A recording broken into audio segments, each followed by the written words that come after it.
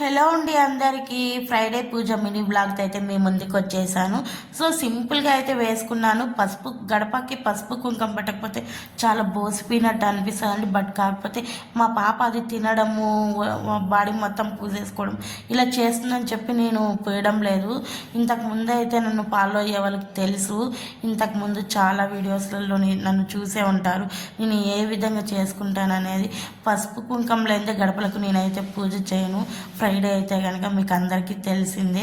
But కాకపోతే ఇప్పుడు situations బట్టి అలా చేస్తున్నాను అంతే.